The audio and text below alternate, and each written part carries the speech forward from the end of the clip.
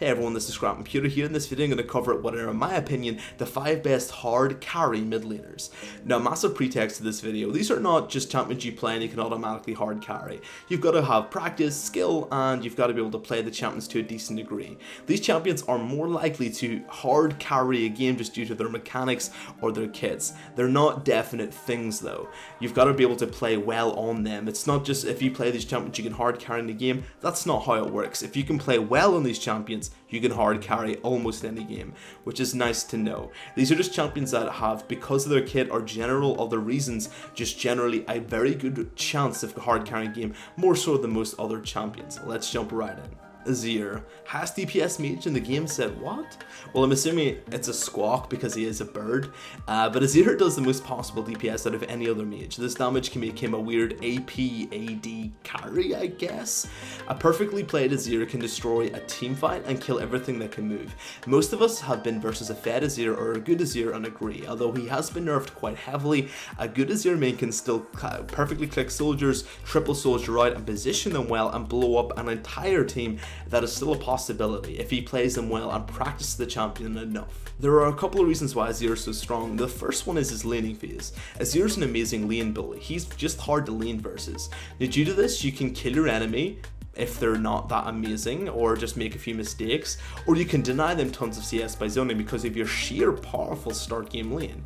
Now, normally you get to zone your enemy, you don't really get too many kills because Azir, if you know how to play versus Azir, just play really passively, it just costs him tons of farm. This means Azir gets free farm, denies the enemy laner free farm, weakening them. Azir is also a hyper carry mid to late game, so he has a strong lane and godlike skilling. This is similar to Veigar.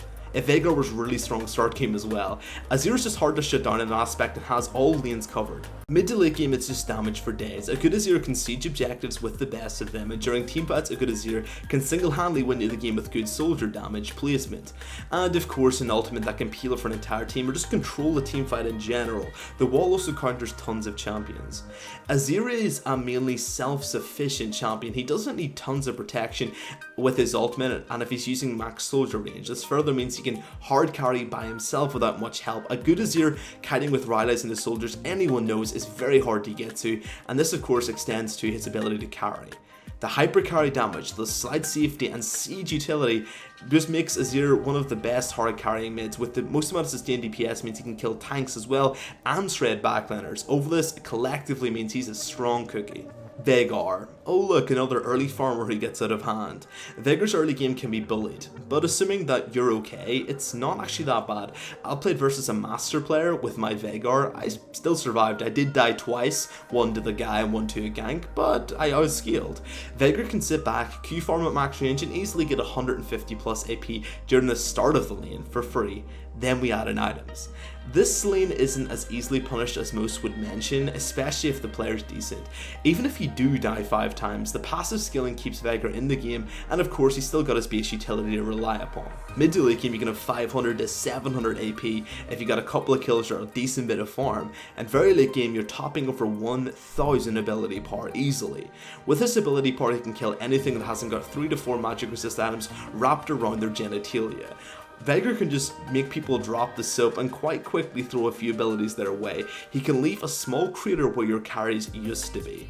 On top of all this mental 100 to 0 damage, which even works in a tank, his utility and pick potential is also disgusting. His E late game with some CDR only has a few second cooldown, which means he can make picks with his E very easily or disengage and control a fight with just one ability, your E, your cage.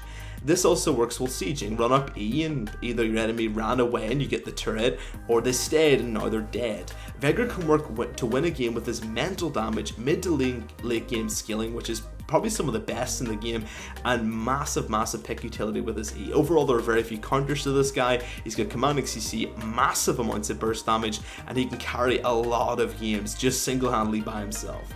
Lux. Lux is just safe. She has great damage overall and provides tons of utility. Again, assuming you're a good player, you're landing most of your skill shots, which means all of these things are true. Her laning phase means she can just free farm or heavily poke her enemy down and potentially get a kill. If not, it should be mostly free farm. Mid to late game, her burst is terrifying. She can blow up the backliners with ease. Very late game, one ultimate can almost kill them single-handedly. Most importantly, she has the pick ability and siege utility. Her Q and E alone can make players just get a lot of damage before fights or zone enemies off a turret. This ability is also led to being safe. She can do damage and sit back a mile. It's a nice trait that Lux has. She can always deal damage to some degree. If she makes a Q pick on a backliner during this, she can 100% blow them up unless they've got a QSS.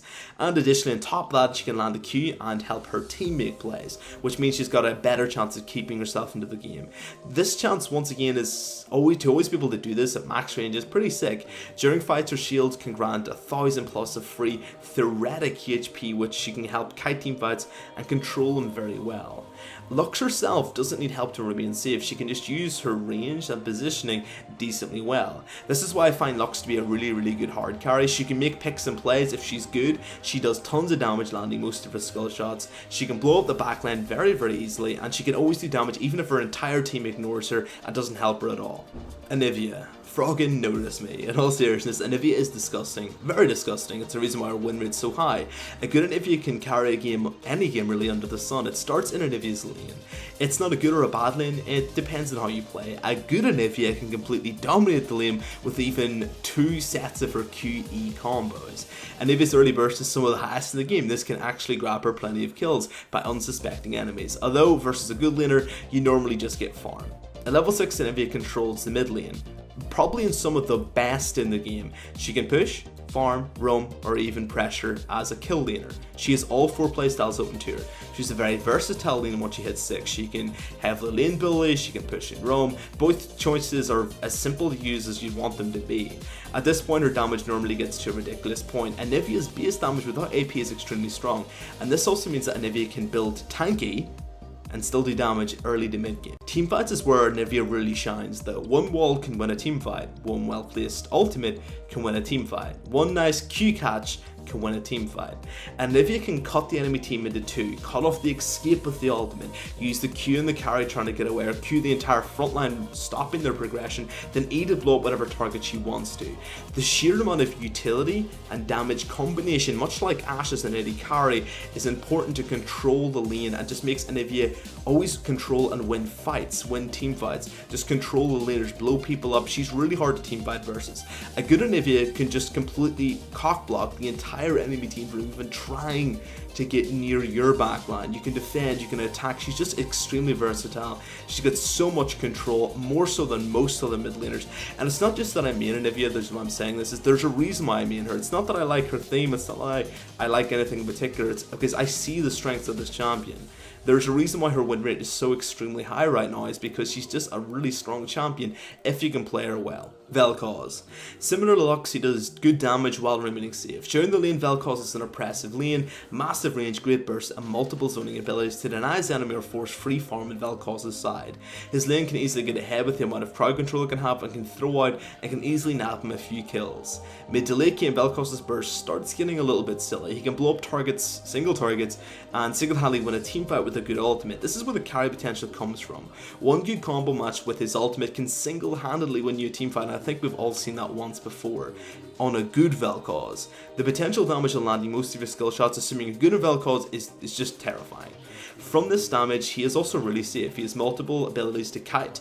He can pick you off very easily, and he's got great zoning abilities. So now, not only does he pack a punch, he does it at a pretty safe distance, which means he doesn't rely on his teammates as heavily as, say, a Victor who does a similar job would.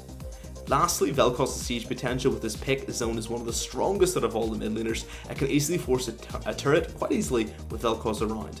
And that's it for the end of my list, guys. Mid lane was exceptionally hard to actually put in. I wanted to make sure I put champions that were safe, could deal damage, and could come back from a lose condition or perpetuate a win condition more heavily.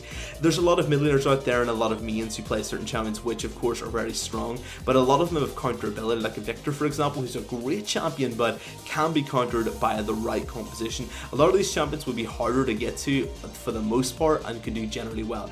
If you agree or disagree, guys, do tell me in the comment section. I would love to hear your comments. I will read and I will respond to any comments you bring on to me, because I do want to make sure that I've done this right, and just tell me if you disagree or disagree. Beyond that, guys, this is also the end of the video. Hope you like it. If you like it, like it, dislike it, dislike it. If you like the content, you can subscribe. If you think it's horrible, I've totally dropped the ball here, and you can't see any of the points, you can unsub. I'm totally fair. Beyond that, guys, have a great day, best luck on the Rift, and I'll see you guys next time. Thank you very much for watching.